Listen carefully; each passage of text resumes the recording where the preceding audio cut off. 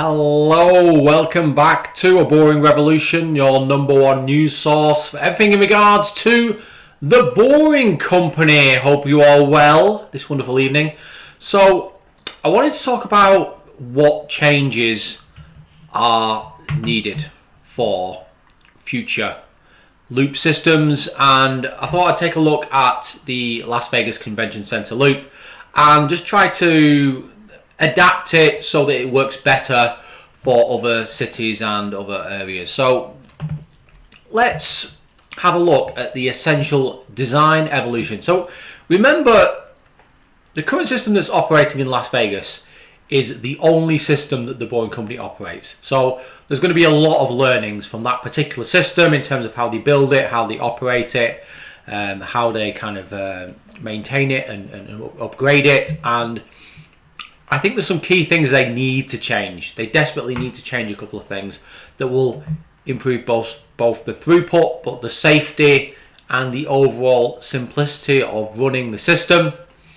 And that's what I want to talk about today. So I'm going to try and apply those changes to Miami and Fort Lauderdale. These are projects that I have very high hopes for, by the way, just because the actual route that they're intending is just such a good, straight as an arrow route for both projects. So before we get into it, if you've not already done so, please subscribe to the channel. If you've already subscribed to the channel, please hit the like button and consider hitting that bell icon as well. So if you've not already seen the route map for Fort Lauderdale, here it is. I've only had this for about a month or so. As you can see, the alignment is extremely straight, which is exactly how we like it. There's a lot of kind of design kind of similarities that we can pull from Las Vegas, but there's a lot of things that we need to change here. Again, if we look at Miami, the proposed project in Miami, again, a very long straight line. Couple of curves here and there, but nothing too serious. The extensions are slightly different, but we're going to focus on the gold and red line for this particular video. So what do I personally think are the necessary design modifications? So based on my kind of learnings of the system in Las Vegas, I think we need to make kind of 5 key changes. So number one, vehicle pathways through stations needs to change. I don't think the current setup in Las Vegas is that efficient. It's reasonable, it's not efficient enough. I think the perfect design involves a different kind of layout for the stations. I'm going to show you that in a short while. The placement and volume of bays. So I'll show you the current layout and then I'll explain to you why we need more bays and how that will improve throughput of the system. 3, road deck cross section and material choices. I've talked about this before. You know my views on this. There's a better way of doing it. There's a more kind of environmentally sound way of doing this, and a layout that's going to reduce maintenance requirements as well. 4, vehicle operators and procedures. Again, this is a bit of a contentious issue. I'm not happy about it. I'm sure the Boring Company's not happy about it either.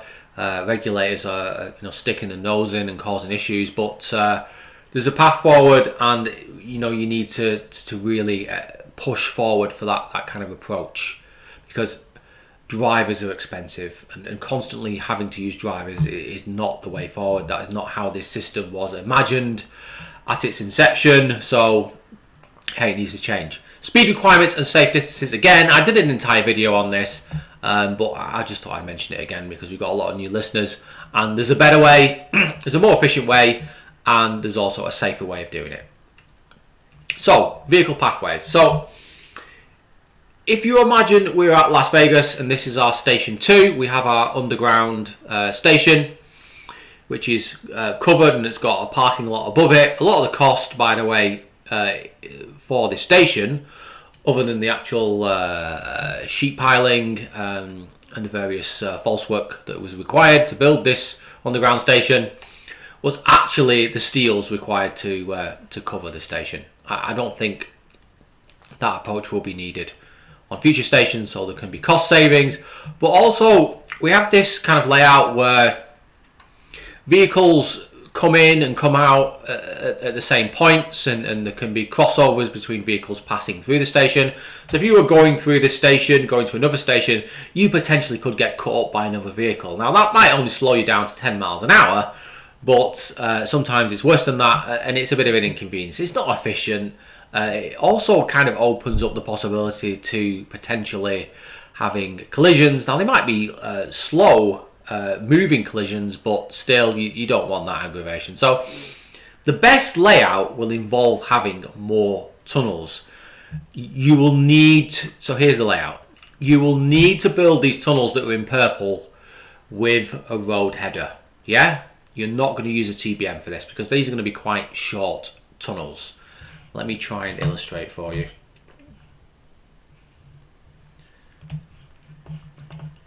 This particular so this is going to be an off ramp because you drive on the right hand side. This area here is going to be around about 340 feet long. Yeah, you're going to be able to take vehicles out here, and this is kind of the pathway that vehicles are going to take. So if you are coming off at this station, you're going to go up here. If you are passing through the station, you're going to go through here. You're going to pass through the station at around 30 miles per hour, maybe 35 miles per hour, and you're just going to continue onwards. And you're not going to have to deal with vehicles because all the vehicles are going to be parked down here, and potentially here as well. Depends how wide you do the station. But there's going to be a wall down the middle here, and potentially you could have a wall either side. So on the other side, when vehicles are kind of coming out of these bays and entering the system, they're going to go down this on-ramp. Now this on-ramp is going to be longer than the off-ramp. So we said about 300 foot for this. We're looking at around about 400, 450 feet. So just under 140 meters to get on. So the speed limit in here might be, let's say, 50 miles an hour. The speed limit here might be, let's say, 35 miles an hour. And then when they merge down here, the vehicles in this tunnel are going to have a right of way. So this layout will eliminate the possibility of congestion at the stations. It will also increase the overall average speed. It will reduce wear and tear on brakes. It will improve safety. And it will also prevent passengers from potentially walking here and then walking into traffic, as you potentially could have some kind of barrier here if you really wanted to. So that is a better layout. I think that's how you should build it. It will cost a bit more, but just in terms of efficiency, you know, you're getting a 50 to 70% efficiency gain from just using it like this. Average top speeds will increase dramatically.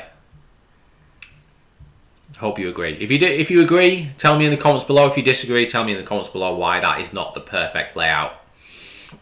Also as well, the station will need to be wider. So it'll need to be at least 280 feet wide, maybe a lot more than that. And then I'll explain to you. So as you can see, this is the current layout at Las Vegas. It kind of works, but the station isn't long enough. It needs to be long enough. And the reason it needs to be longer is so we can have more vehicle bays. It's currently got 10 vehicle bays. It's just not enough. A lot of people are going to this station. We're getting congestion down the middle here. We need more bays. I'd also recommend moving these elevators, moving these elevators so you have, you know, one this way and then maybe you have another one on the other side. And it just improves like kind of pedestrian movement through the station. So you want this station to be almost 500, 550 feet long, maybe longer. Because you want lots and lots of room for your vehicle bays. And you want excess bays. So when vehicles come in, you do not want them to be looking for bays. You want them to easily find a bay. Even if that means they have to go around the back here. You want them to have always have 3 or 4, maybe even 5 bays that are empty, 24/7. That's got to happen. Minimum 16 bays. You could even argue it could go up to 18, 20 bays. I'd keep them like this, at this kind of angle, as I think that's quite efficient. But yeah, it needs to change. Road deck. I know I keep going on about this, but it's an important design change that needs to happen. The boring company needs to stop using tarmac. You can't have tarmac roads in a tunnel. Not only do they wear down quicker, but it's just made of crude oil. We don't want products made of crude oil. Yeah, we want a concrete road deck. It's for maintenance reasons. It's gonna not only last longer, it will also cost less to install if you do it in 3 or 4 big pours, which is possible. And I'd recommend increasing the height of the road deck as well. So I've gone for 800 millimeters here. You could easily make it 900 millimeters if you really wanted to, because this space up here at the top is just wasted space. It's not being used. So increasing that obviously increase the cost of the road deck, but it gives you more room either side. So it'll give you another 10 to 14 inches, let's say, either side, depending on what vehicle you use, and that just makes things a lot better. If you need to evacuate a vehicle, would you rather have 480 mil either side, or would you rather have close to 600 mil either side? I'd rather have 600 mil either side. So that's what we want. In fact, it'd be more than that. It'd be 700 mil either side. So it needs to happen. They need to stop using tarmac. It's just not the way forward. It is combustible.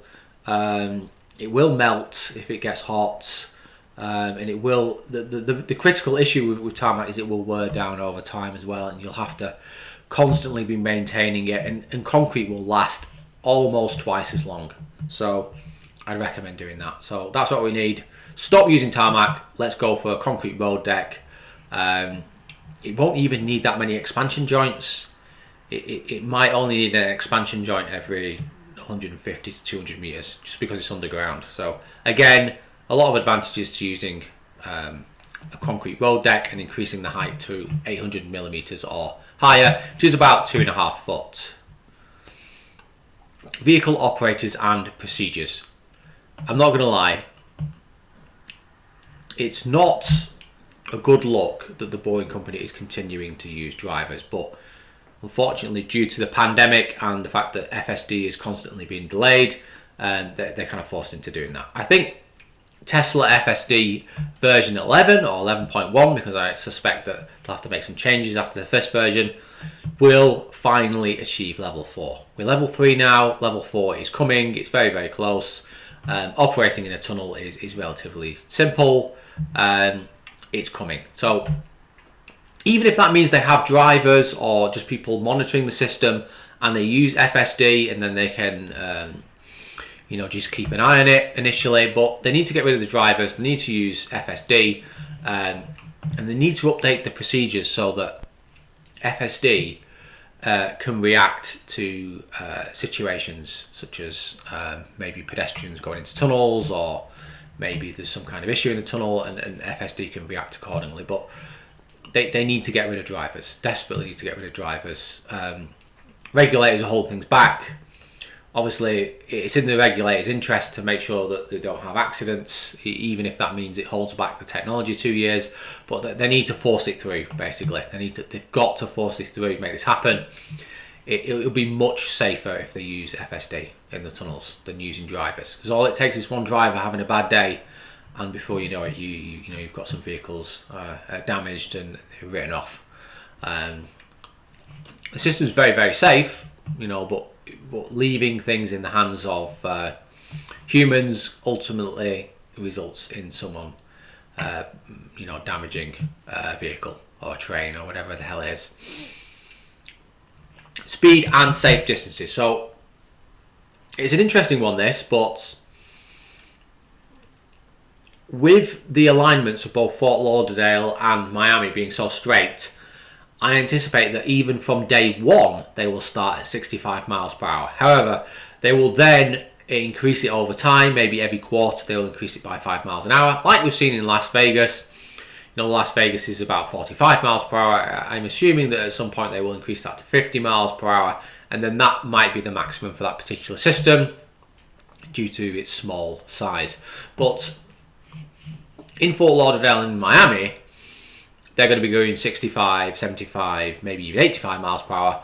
We need to talk about speed and safe distances. So the minimum distance in between vehicles needs to be in the region of about 16 meters. Now, I know in the past I've said that it can be less than that, but ultimately if you've got lots and lots of vehicles merging into one another through stations, you're going to need to leave gaps so that vehicles can merge into traffic. So something in the region of 16 meters is about right. It leaves plenty of stopping distance, and also it leaves plenty of room for maybe one, maybe even two vehicles to merge in at the same time. There also should be a maximum distance in between vehicles. This is a strange kind of suggestion, but it makes a lot of sense, because what you are doing in a tunnel is you're using a line of sight. That even applies to FSD. And if you can't see the vehicle in front of you, you can't see what's going on. So what you want is the distance between you and the vehicle in front to always be less than 80 meters. And vehicles should also slow down to ensure that they can keep this 80 meters or less, because you want to be able to know what's going on in front of you at all times. Because if vehicle A is slowing down and vehicle B is applying its brakes, if vehicle C can then not see the brakes of vehicle B, then it potentially could lead to a situation where you might have to slam the brakes on, which might be uncomfortable for passengers, or potentially you could have a slow collision from behind, which may result in the system being offline for half an hour. So you want a maximum distance to ensure you've got lines of sight, but you also want a minimum distance to ensure that vehicles can merge in. So I suspect over time these could change. As the top speed increases, I think over 100 miles per hour, you would then want to increase this and increase that maybe by 10-15%. But there's good reasons why we need to do that. And those are the kind of suggestions. I think that this is what they should do. They need to make changes for Las Vegas. It has worked, but it's not worked as flawlessly. So you need to take on board the mistakes you've made in previous designs and make modifications to ensure that the problems are ironed out. But they will make changes, because the Boeing company is run by a quality set of engineers, and they understand the problems that they are encountering and will overcome them. These are simple fixes, by the way. They need to be introduced, and this will all be helped if the Boeing company does eventually introduce a robo-van, which will carry 16 passengers and just be a much better vehicle for mass transit. Anyway, if you've not already done so, please follow me on Twitter, please join our Discord community, and please support me on Patreon with just $2 per month. That would be much appreciated. Thank you, as always, to my wonderful Patreons. These are incredible people. They support my cause here. They've helped me upgrade all my camera setup, my computer, monitor, this microphone. All the equipment that I use for this channel has been provided by all these wonderful people here, and some other people that are no longer supporting me. But that's absolutely fine, because I'm just grateful that they gave me their support and allowed me to improve the setup. I hope you enjoyed that. I hope you enjoyed the video. If you have comments and suggestions, please put them below and tell me what you think. Am I barking up the wrong tree, or have I got the kind of the right kind of approach to improving the efficiency and safety and overall running of the loop systems in Miami and Fort Lauderdale? Okay, remember guys, don't be boring, and I'll see you on the next one. Take care and goodbye.